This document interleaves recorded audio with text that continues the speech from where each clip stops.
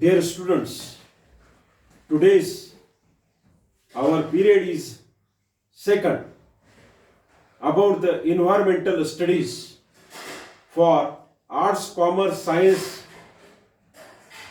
students. Especially it is for the final year students. This study is compulsory in semester 5th environmental studies. प्रिय विद्यार्थी आणि विद्यार्थिनींनो, BA, BCom आणि BSc च्या तृतीय विद्यार्थ्यांसाठी हा 6 महिन्याचा अनिवार्य अभ्यासक्रम आहे, ज्याला मराठीमध्ये पर्यावरण अभ्यास म्हणजे एन्व्हायरमेंटल स्टडीज असं म्हणलं जातं. काल आपण पहिला पिरियड त्यामध्ये परिसंस्था म्हणजे इकोसिस्टीम हे सुरू केलेलं आहे. विद्यार्थी मित्र, माझ्याकडे जी जबाबदारी आहे पर्यावरण अभ्यासाची ती आहे घटक 2 म्हणजे युनिट सेकंड. घटक 2 मी तुम्हाला शिकवणार आहे आणि घटक 2 चं नाव आहे परिसंस्था. Unit 2 ecosystem. So yesterday we have started. काल आपण हे सुरू केलेलं आहे. एक पिरियड झालेला आहे. आजचा हा दुसरा पिरियड. आपण ऊर्जा प्रवाह परिसंस्था हा आपला अभ्यासक्रम चालू आहे. परिसंस्था याला विसरू नका. परिसंस्था हा आपला प्रकरणाचं नाव आहे, घटकाचं नाव आहे परिसंस्था. आज आपण परिसंस्थेतील ऊर्जा प्रवाह म्हणजे एनर्जी फ्लो, परिसंस्थेमध्ये ऊर्जाचा प्रवाह होतो आणि तो प्रवाह ऊर्जा प्रवाह कसा असतो त्याचा आपण आज अभ्यास करणार आहे. आणि दुसरा पॉइंट आहे अन्न साखळी म्हणजे फूड चेन. हे 2 पॉइंट आपण आज अभ्यासणार आहेत. हा आहे पहिला पॉइंट आणि हा आहे दुसरा पॉइंट. अभ्यासक्रमानुसार आजच्या पिरियड मध्ये आपण परिसंस्थेतील ऊर्जा प्रवाह आणि अन्न साखळी म्हणजे energy flow and food chain of ecosystem हे अभ्यासणार आहे. ध्यानात ठेवा. विद्यार्थी मित्र, हा परिसंस्था अत्यंत महत्वाचा प्रकरण आहे. यामध्ये आपल्याला सजीव आणि निर्जीव घटकांचा अभ्यास करायचा आहे. सजीव आणि निर्जीव घटक म्हणजे बायोटिक आणि अबायोटिक फॅक्टर्स मिळून परिसंस्था तयार झालेली असते. जेवढं सजीवाला महत्व आहे तेवढंच निर्जीव घटकांना सुद्धा महत्व आहे. उदाहरण बघायचं असेल तर ऑक्सिजन किंवा कार्बन डायऑक्साईड हे अजैविक घटकामध्ये समाविष्ट आहे. अजैविक घटक. अजैविक घटकामध्ये सूर्यप्रकाश आहे, अजैविक घटकामध्ये हवा आहे, अजैविक घटकामध्ये ऑक्सिजन आहे, कार्बन डायऑक्साईड आहे, माती आहे. ज्याला जीव नाही ते सर्व घटक अजैविक घटकामध्ये समाविष्ट असतात. परिसंस्थेमध्ये अजैविक घटक आणि जैविक घटक असतात. जैविक घटकामध्ये प्राणी आणि वनस्पती यांचा समावेश होतो. प्राणी आणि वनस्पतीचा समावेश होतो. हे जग, संपूर्ण विश्व हे एक मोठी परिसंस्थाच आहे. संपूर्ण जग म्हणजे एक परिसंस्था आहे. All world is a ecosystem and in that ecosystem there is the biotic factor and abiotic factor. प्राणी आणि वनस्पती आणि तसेच निर्जीव घटक म्हणजे सूर्यप्रकाश, टेम्परेचर, माती, पाणी, oxygen, carbon dioxide. Different types of the factors are present in the ecosystem. So today we will study the energy flow in ecosystem means परिसंस्थेतील ऊर्जा प्रवाह. विद्यार्थी मित्र, हे ऊर्जा प्रवाह जे ऊर्जा जी आहे, ऊर्जा म्हणजे एनर्जी, ज्याला आपण शक्ती म्हणतो, ताकद म्हणतो. त्या ताकदीचा ह्या ऊर्जेचा मेन स्रोत जे आहे ते आहे सन, दिस सूर्य. जे सूर्य, so energy, main energy we obtain from the sun, that is called as the solar energy. सूर्यापासून जी ऊर्जा आपल्याला मिळते त्याला म्हणायचं सौर ऊर्जा. आजच्या ह्या जगामध्ये सौर ऊर्जेचं वेगवेगळ्या पद्धतीने वापर होत आहे. सोलार सिस्टीम, सौर एनर्जीचा वापर होत आहे. बिल्डिंग वरती सोलार सिस्टीमचे युनिट फिट केलेलं असते, त्याच्यामुळे आपण आपल्या नळाला गरम पाणी आणू शकतो. अनेक सौर ऊर्जेवरती लाईट सिस्टीम आहे. Light system, these different types of the lights. So energy is very important that we obtain in ecosystem from the sun, solar energy. त्याला म्हणायचं सौर ऊर्जा. सोलार एनर्जीला म्हणायचं सौर ऊर्जा. आणि ही सूर्यापासून जी सौर ऊर्जा आपल्याला मिळते ही फक्त 5 किंवा 10% आपण वापरतो आणि राहिलेली जी आहे 90 ते 95% सूर्यापासून जी मिळालेली सौर ऊर्जा आहे ती परावर्तित होते, त्याचा ऱ्हास होऊन जाते, ते वापरण्यात येत नाही. इथे बघा हे दाखवलेलं आहे की सौर ऊर्जेपासून जी आहे 95% आणि इकडे जी आहे 5%, म्हणजे 95% एनर्जी, 95% ऊर्जाचा ऱ्हास होत आहे, त्याचे नष्टित्व होत आहे आणि फक्त 5% सौर ऊर्जा आपण वापरत आहे. तसं विचार केलं तर सूर्यापासून जी मिळणारी सौर ऊर्जा आहे हा एक फार मोठा सोर्स आहे. आपण त्याच्यापासून फक्त 5 ते 10% ऊर्जेचा उपयोग करतो आणि बाकीच्या ऊर्जेचा ऱ्हास होतो. हेच आपण इथे अभ्यासत आहोत. परिसंस्थेतील ऊर्जा प्रवाह, ही जी ऊर्जा सूर्यापासून मिळणारी सौर ऊर्जा जी परिसंस्थेमध्ये आलेली आहे ती फक्त 5% ते 10% आहे. आणि त्याला ती 5% किंवा 10% जी ऊर्जा मिळालेली आहे ती मिळालेली आहे प्रोड्युसर म्हणजे उत्पादकामध्ये, म्हणजे वनस्पतीमध्ये. वनस्पती in the presence of sunlight, सूर्यप्रकाशाच्या मदतीने वनस्पती जी आहे प्रकाश संश्लेषण करतात, म्हणजे फोटोसिंथेसिस करतात, म्हणजे स्वतःचं अन्न स्वतः तयार करतात. स्वयंपोषी आणि परपोषी या वनस्पतींना आपण स्वयंपोषी असं म्हणतो, कारण ते स्वतःची लागणारी ऊर्जा, स्वतःसाठी लागणारा अन्न स्वतः तयार करतात, म्हणून त्याला उत्पादक किंवा त्याला प्रोड्युसर असं म्हणतात. हे उत्पादक म्हणजे वनस्पती. ती 5% ऊर्जा जी आहे ती 5% ऊर्जा, 5% ऊर्जा ही उत्पादकामध्ये येते, वनस्पतीमध्ये येते.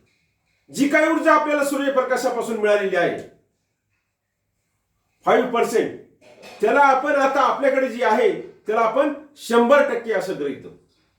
जी मिळालेली ऊर्जा आहे वनस्पतीमध्ये, उत्पादकामध्ये, त्याला आता आपण आपल्या अभ्यासासाठी 100% असं गृहीत धरू. परंतु तुम्हाला माहित आहे की सूर्यापासून जे 100% ऊर्जा मिळते त्याच्यापैकी 95% ऊर्जेचा ऱ्हास होतो आणि 5% उत्पादकामध्ये येते.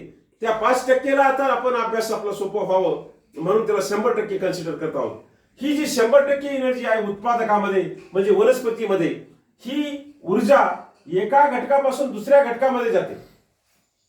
म्हणजे उत्पादकापासून प्राथमिक भक्षकामध्ये आणि प्राथमिक भक्षकामधून द्वितीय भक्षकामध्ये, द्वितीय भक्षकापासून तृतीय भक्षकामध्ये अशी एनर्जी जी ट्रान्सफर होते एका स्टेप पासून दुसऱ्या स्टेपला, दुसऱ्या स्टेप पासून तिसऱ्या स्टेपला, तसं तसं ऊर्जेचं 90% ऊर्जेचं ऱ्हास होत असतो. परिसंस्थेमध्ये तुम्हाला माहित आहे की अजैविक म्हणजे अबायोटिक, अजैविक म्हणजे अबायोटिक आणि जैविक म्हणजे बायोटिक असे 2 फॅक्टर आहेत. अबायोटिक मध्ये हे सौर ऊर्जा, जे सूर्यप्रकाश, तापमान, पर्जन्यमान, माती, हवा, हे सर्व अबायोटिक फॅक्टर मध्ये येतात. आणि बायोटिक फॅक्टर मध्ये आपण जर बघितलं तर त्याच्यामध्ये उत्पादक त्याला आपण म्हणू प्रोड्युसर, प्रोड्युसर. त्याच्यानंतर आहे कंझ्युमर, कंझ्युमर ज्याला आपण भक्षक असं म्हणतो. आणि एक आहे डिकम्पोजर, डिकम्पोजर. इथे उत्पादक म्हणजे प्रोड्युसर, ही जे भक्षक आहे प्राथमिक द्वितीय तृतीय म्हणजे याला म्हणायचे कंझ्युमर, कंझ्युम करणारे. आणि हे बी घटक जे आहे त्याला म्हणायचे डिकम्पोजर.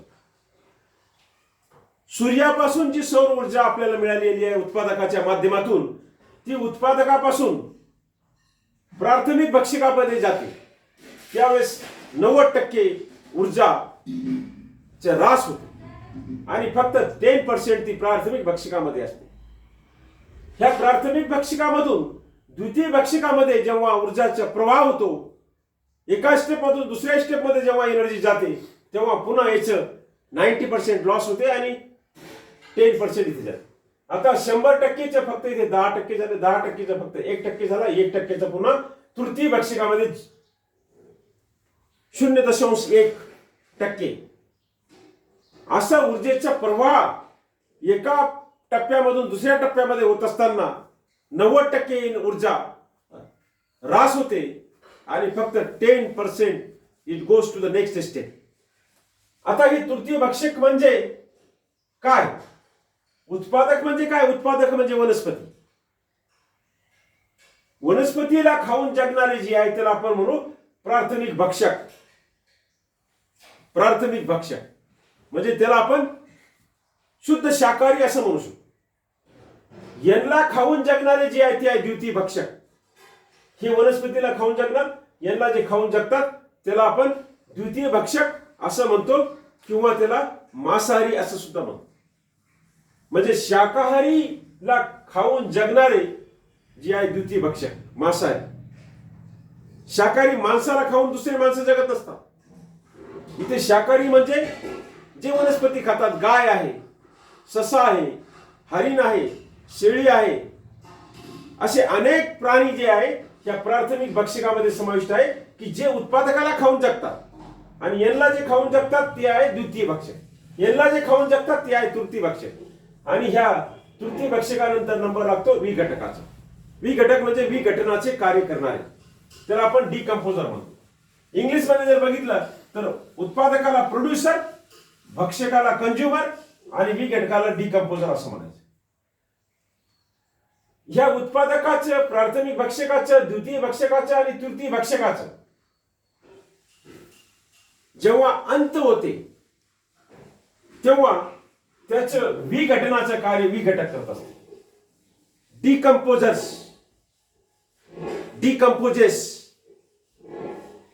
वनस्पतीचा पालापाचोळा असेल, याला असं ॲरो दाखवू आपण. म्हणजे उत्पादक जे आहे वनस्पतीचा पालापाचोळा आहे, त्याचे विघटनाचं कार्य हे विघटक करतात. प्राथमिक भक्षक जे आहे ते मेल्यानंतर त्यांचे विघटकाचे कार्य हे करतात, विघटक करतात. द्वितीय भक्षकाचा, तृतीय भक्षकाचा. आता इथे एनर्जी जी आहे 0.1 आहे, तर त्यामधून फक्त 10% ही विघटकामध्ये जाते. विघटक विघटनाचे कार्य करतात आणि एक चांगली प्रकारची एक माती तयार. पालापाचोळा कुंजल्यानंतर प्राथमिक भक्षक, द्वितीय भक्षक, तृतीय भक्षक मेल्यानंतर त्याची माती होऊन जाते. आणि अशी माती जी आहे ह्या वनस्पतीसाठी, उत्पादकासाठी खत म्हणून वापरली जाते. मग ही ऊर्जा जी आहे अशी प्रवाहित होऊन इथे येते, पुन्हा सोलार एनर्जी पासून मिळते. आणि ही जी चक्रकार प्रणाली आहे याला म्हणायचे ऊर्जा प्रवाह. तर विद्यार्थी मित्र, हा ऊर्जा प्रवाह हा पॉइंट परीक्षेमध्ये विचारला जाऊ शकतो. ऊर्जा प्रवाह, एनर्जी फ्लो. आज आपण दुसरा एक पॉइंट अभ्यासणार आहोत, तो आहे अन्न साखळी. अन्न साखळी ज्याला म्हणायचं फूड चेन. Food chain. निसर्गामध्ये अनेक अन्न साखळ्या आहेत. निसर्गामध्ये जे अन्न साखळी आहे त्याच्यामध्ये उत्पादक, भक्षक आणि विघटक. इथे अन्न साखळीचे एक उदाहरण घेऊ आपण की गवत, जे स्वतःचं अन्न स्वतः तयार करते. त्याच्यामध्ये हरितद्रव्ये असतात, ते स्वतःचं अन्न स्वतः तयार करते. या गवताला खाऊन गाय जगते आणि गायीला खाऊन वाघ जगते. अशा अनेक अन्न साखळ्या या परिसंस्थेमध्ये असतात. निसर्गामध्ये अनेक अन्न साखळ्या आहेत. गवताला खाऊन जगणारी फक्त गायच नाही, गवताला खाऊन जगणारे अनेक शाकाहारी, अनेक हर्बिव्हरस प्राणी आहेत. गवताला इथे उदाहरणासाठी दाखवले, गवताला खाऊन जगणारा गाय आहे. गायीला खाऊन जगणारे कोण आहे? विद्यार्थी मित्रो, तुमच्या डोक्यामध्ये असं येईल की गायीला खाऊन जगणारे हे शेक्सर सुद्धा आहे. प्लीज, शेक्सर नाही, मी शुद्ध शाकाहारी आहे. I am pure vegetarian. याला खाऊन जगणारे, गायीला खाऊन जगणारे निसर्गामध्ये अनेक वाईल्ड एनिमल आहे, अनेक प्राणी, ह्युमन बिईंग सुद्धा आहे. अशा अनेक साखळ्या निसर्गामध्ये आहे. ह्या अशा अनेक अन्न साखळ्या मिळून परिसंस्थेमध्ये कार्य करत असतात. गवत असतात, गवताला खाऊन जगणारे किडे असतात, किडे गवतावर पडतात किडे. त्या किड्यांना खाऊन जगणारे दुसरे प्राणी असतात. रात्रीच्या वेळेस जर आपण बघितलं, लाईटच्या जवळ फ्रॉग येते, बेंडूक येते, ते किड्यांना खाऊन जगतात. त्या बेंडकांना खाऊन जगणारे दुसरे अनेक प्राणी आहेत. अशा खूप वेगवेगळ्या अशा अन्न साखळ्या परिसंस्थेमध्ये असतात. ही अन्न साखळी जी आहे, ही परिसंस्थेचे कार्य, आपल्या सिलेबसमध्ये एक पॉइंट दिलेला आहे, परिसंस्थेचे कार्य.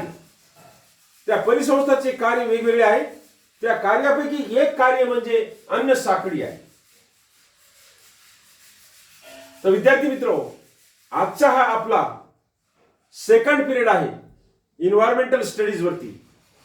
परिसंस्था हा प्रकरण आपण घेत आहोत. परिसंस्था म्हणजे काय, परिसंस्थेची संकल्पना, त्याच्यानंतर परिसंस्थेची रचना कशी असते, परिसंस्था कशा निर्माण होतात, ते आपण काल बघितलेलं आहे. पहिल्या पिरियडमध्ये आपण ते बघितलेलं आहे. आजच्या पिरियडमध्ये, सेकंड पिरियडमध्ये, आजचा हा सेकंड पिरियड आहे आपला, परिसंस्थेच्या ऊर्जा प्रवाह, परिसंस्थेतील ऊर्जा प्रवाह आणि परिसंस्थेची कार्य आपण सुरू केलेलं आहे. त्या कार्यापैकी पहिलं कार्य जे आहे परिसंस्थेच्या, ते आहे अन्न साखळी म्हणजे फूड चेन. हे इथे आपण अभ्यासलेलं आहे. आजच्या करिता एवढं सफिशियंट आहे. So see the videos. हे युट्यूबवरचं व्हिडिओ बघा, केअरफुली बघा, पुन्हा पुन्हा बघा, त्याला अभ्यास करा.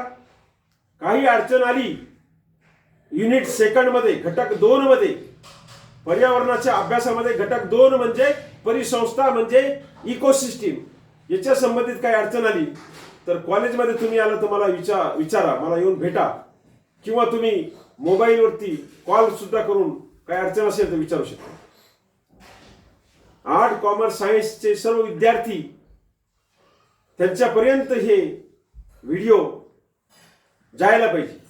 तुमचे मित्र असेल, आर्टमध्ये असेल, कॉमर्समध्ये असेल, थर्ड इयरमध्ये, किंवा फिजिक्स, मॅथमॅटिक्स, कम्प्युटर, इलेक्ट्रॉनिक्सचे जे विद्यार्थी आहेत तुमचे मित्र, त्यांना ही लिंक सेंड करा. पर्यावरण अभ्यास हे त्यांच्यापर्यंत पोहोचू द्या. कोरोनामुळे आपल्याला ऑफलाईन क्लासेस घेता येईना, म्हणून हे ऑनलाईन क्लासेस पर्याय आपल्याकडे आहे आणि त्याचा आपण वापर करणार आहोत. काही काळजी घेण्याचा विषय नाही. अभ्यास तुम्हाला ऑनलाईन शिकवले जाईल. कोरोनाची काळजी घ्या का कोरोना आपल्याला होऊ नये. त्यासाठी शासनाने जे निर्बंध घातलेले त्या नियमानुसार आपण वागायचं आहे. मास्क लावायचा, सॅनिटायझर वापर करायचा, सोशल डिस्टन्स ठेवायचं. आता मी हा व्याख्यान घरामधून घेत आहे म्हणून मी मास्क लावलेला नाही. Okay, for today it is sufficient. Thank you very much. धन्यवाद.